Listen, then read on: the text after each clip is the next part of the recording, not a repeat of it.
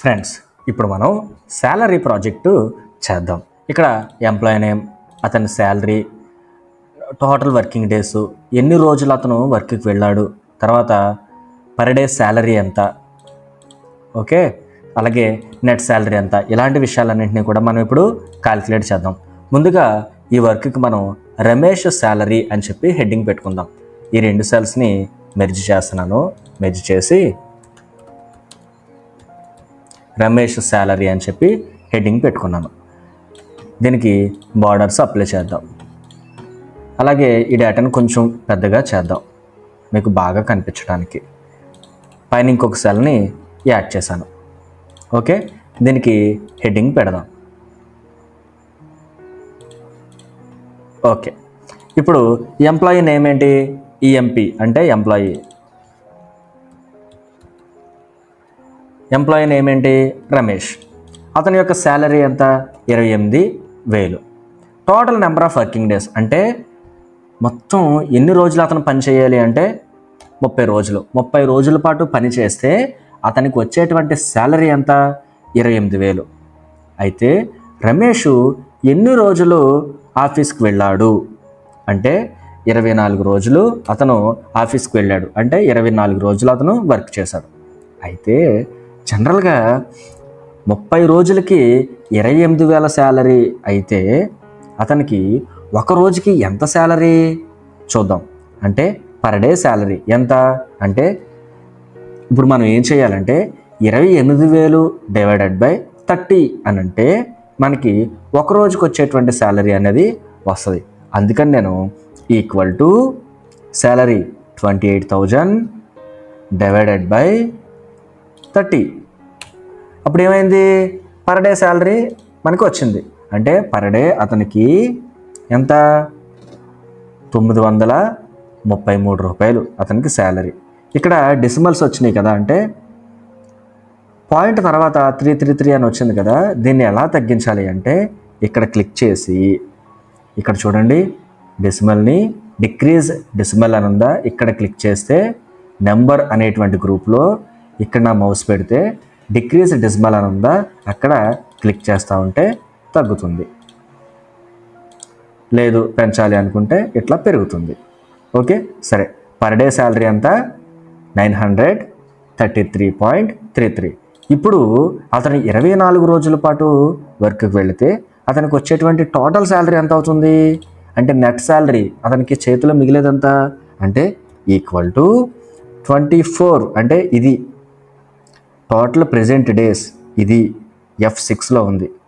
F6 okay, star అంటున్నా అంటే మల్టిప్లైతో సమానం. అది 24 ఇంటూ ఇది పర్ డే శాలరీ. ఇది క్లిక్ చేస్తే అతనికి 24 రోజులు అతను వర్క్ వెళ్ళినందుకు గాను అతనికి వచ్చినటువంటి శాలరీ 22,400.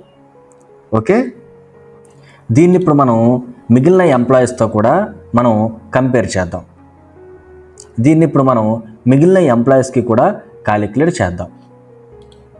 ఎస్, చూడండి, ఈ డేటా మీకు ఇప్పుడు చూడటానికి చాలా తక్కువగా కనిపించి ఉండొచ్చు, చిన్నగా కనిపించి ఉండొచ్చు. దీన్ని పెద్దది చేస్తున్నాను. ఎస్, డేటా అనేది మనకి పెద్దదైంది. ఇప్పుడు దీనికి హెడ్డింగ్ ఉంది కదా, ఈ హెడ్డింగ్కి కలర్ అప్లై చేద్దాము.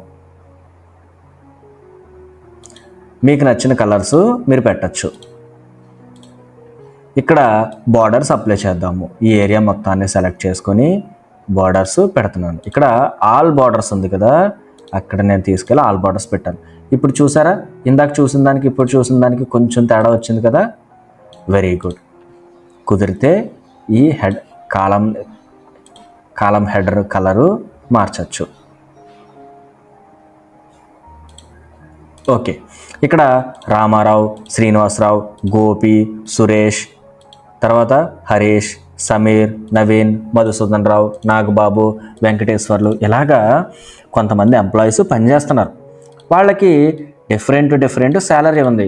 ఒకరికి 14,500, ఒకరికి 18,600, మరొకరికి 21,000, ఎట్లాగా డిఫరెంట్ శాలరీస్ ఉన్నాయి. ఈ శాలరీ అంతా కూడా వాళ్ళకి ఎప్పుడు వస్తుంది అంటే వాళ్ళు 30 రోజులు పనికి వెళితే అప్పుడు ఈ శాలరీ వస్తుంది. ఓకేనా? ఇక్కడ టోటల్ అని పూర్తిగా రాద్దాం.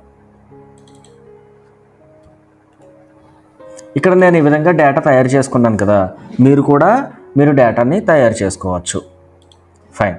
ఇప్పుడు నేను వాళ్ళకి పర్ డే శాలరీ ఎంత, అలాగే నెట్ శాలరీ ఎంత అనేది క్యాలిక్యులేట్ చేయాలి. ఓకే, అందుకంటే ముందు దీనికి ఒక హెడ్డింగ్ పెడదాం. అందుకని ఈ సెల్స్ అన్నింటినీ కూడా నేను ఇప్పుడు మెర్జ్ చేస్తున్నాను. సెలెక్ట్ చేసుకొని మెర్జ్ సెంటర్ అన్నాను. ఇక్కడికి వచ్చి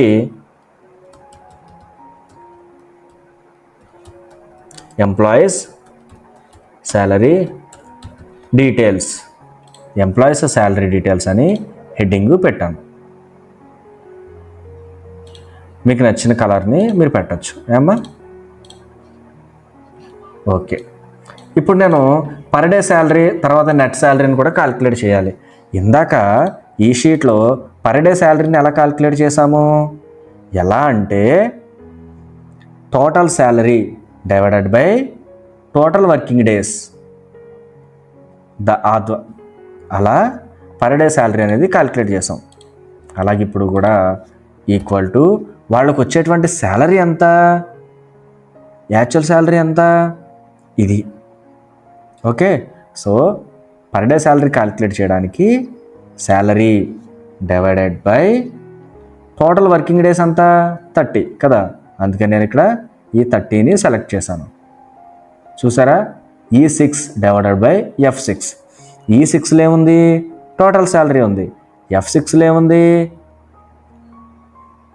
టోటల్ వర్కింగ్ డేస్. ఇప్పుడు నేను ఎంటర్ కొట్టాను. ఏమైంది, అతను రోజుకి 483 రూపాయలు సంపాదిస్తాడు అనేది మనకి అర్థమైంది కదా. ఫైన్, ఇలా పర్ డే శాలరీని క్యాలిక్యులేట్ చేసాం.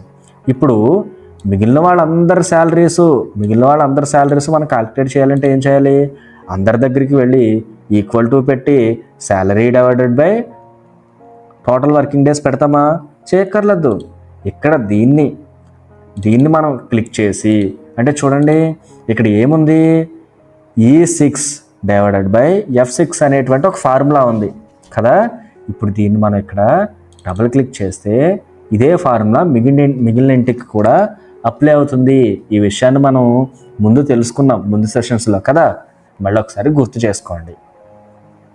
ఇప్పుడు నేను ఈ డెసిమల్స్ నెంబర్స్ని తగ్గించాలి, అందుకని ఇక్కడికి వెళ్ళి డిక్రీజ్ డెసిమల్స్ దగ్గర క్లిక్ చేస్తున్నాను. క్లిక్ చేస్తే ఏమైంది, తగ్గింది. పెంచాలనుకుంటే ఇట్లా పెంచవచ్చు. ఓకే, సరే. ఇప్పుడు పర్ డే శాలరీ మనకు వచ్చింది కదా, ఇప్పుడు నెట్ శాలరీ క్యాలిక్యులేట్ చేద్దాం. నెట్ శాలరీ అంటే ఏంటి, అతను ఎన్ని రోజులైతే పనిలోకి వెళ్ళాడో అన్ని రోజులకి ఎంత డబ్బు అతని చేతిలోకి వెళ్తుంది అనేది మనం క్యాలిక్యులేట్ చేయడం. అందుకని నెట్ శాలరీ అంటే అతని చేతిలో ఉండేటువంటి శాలరీ ఎలా క్యాలిక్యులేట్ చేయాలి అంటే, అతను ఇంటికి తీసుకెళ్లేటువంటి శాలరీ ఎలా క్యాలిక్యులేట్ చేయాలి అంటే total present days into per day salary అలా క్యాలిక్యులేట్ చేయాలి. అందుకని equal to total present days అంటే ఇది, అంటే ఏంటిది, G6 ఇంటూ అంటే అర్థం ఏంటి, స్టార్ అని మనం డిస్కస్ చేసుకున్నాం కదా. Total present days into per day salary. నేను ఇప్పుడు ఎంటర్ చేశాను. ఇప్పుడు ఏమైంది, అతనికి 14,500 శాలరీ అయితే అతను 24 రోజులు మాత్రమే ఆఫీస్కి వెళ్ళడం వల్ల అతను తీసుకెళ్లేటువంటి శాలరీ ఇంటికి ఎంత అంటే 11,600 రూపాయలు. ఇప్పుడు దీన్ని ఇప్పుడు శ్రీనివాసరావుకి శాలరీ మనం క్యాలిక్యులేట్ చేయాలంటే ఏం చేయాలి, మళ్ళీ ఈక్వల్ టు పెట్టి తర్వాత total present days into per day salary చేస్తామా, అవసరం లేదు. దీన్నే మనం ఇక్కడ డబుల్ క్లిక్ చేస్తే ఈ ఫార్ములా మిగిలింటి కూడా అప్లైబుల్ అవుతుంది. ఈ విషయం మనం గ్రహించుకోవాలి. ఓకే, ఇది ఒక ప్రాజెక్టు గైస్, ఇది ఒక ప్రాజెక్టు. ఈ ప్రాజెక్టు మనం పూర్తి చేద్దాము. Okay, very good.